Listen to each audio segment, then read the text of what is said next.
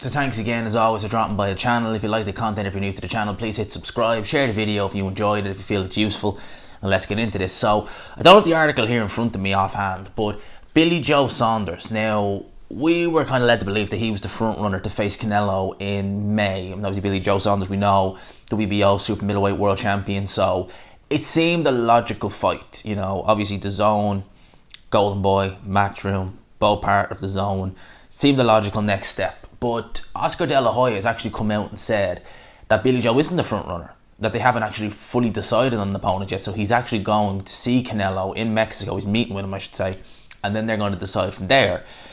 Now, two things kind of come to mind when I think of that. One, is this kind of maybe a tactic by De La Hoya to kind of throw us off the scent? So almost trying to like get us think that, you know, maybe Canelo's going to fight Munguia, maybe he's going to have the trilogy with Golovkin early, maybe he's going to fight Callum Smith, and then, you know, just pull it out and be like, actually no, he's fighting Billy Joe. Or maybe is it that Billy Joe and Team Hearn, Team Matchroom, are demanding too much money? Maybe they got greedy, who knows? I just think it's a logical fight for Canelo at this stage, because Canelo, 4-weight world champion, but if he really wants to solidify that with like a legit, recognised, not to say the regular WBO title isn't recognised, or WBA title isn't recognised, it is, but no questions asked if he wins a WBO title, which I'm assuming he would win, because I think he'd beat Billy Joe if they fought next. I think he'd beat him on points. I don't think he'd stop him, and I don't think there'd be any controversy about the decision either. I think Canelo would beat him through merit. So, you know, it's an interesting one. Callum Smith, you know, obviously didn't look good in his last fight against John Ryder. I thought he lost. So did pretty much everybody else who was watching my videos.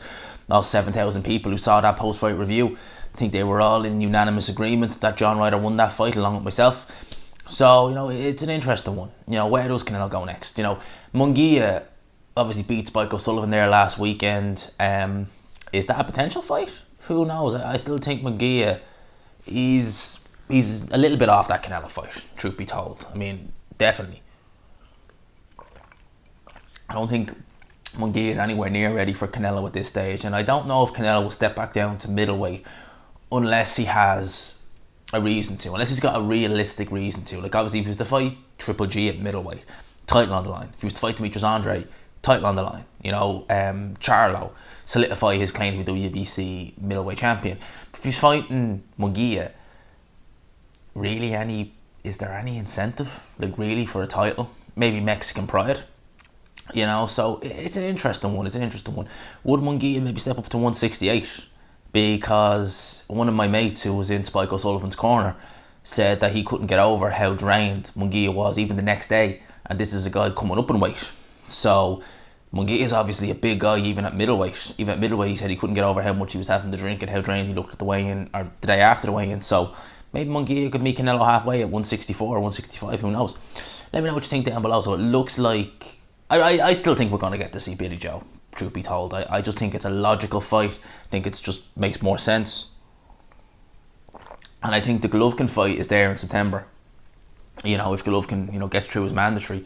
So I don't see any reason why. I think if I was like looking at Canelo and I was thinking, okay, are you going to fight at middleweight? Only if you have to, only if there's like a major incentive. At least then you can gradually come down. So you're going from 175 straight down to middleweight, maybe it's not a good idea. Maybe if you go from 175 into a super middleweight fight, and then maybe try and, like, don't weigh in bang on 160, maybe weigh 166 or something like that, and just go down to middleweight and then fight Golovkin in September. Maybe that's what I'm thinking, but no, I could be way off with that. But those are my thoughts on that. So I would imagine we'll get an announcement. I think we normally tend to get an announcement kind of February time when Canelo's fighting anyway, in May. So, you know, it'd be interesting to see. You know, sometimes you've had it earlier. Sometimes we've had it in January. I think we got it in January when he fought Cesar Chavez Jr. a couple of years ago. So I'd imagine we'll get an announcement soon. But those are my thoughts on this. Let me know what you think down below. I hope you enjoyed this video. If you did, please leave a like, subscribe, of course, if you're new. And as always, I will talk to you after.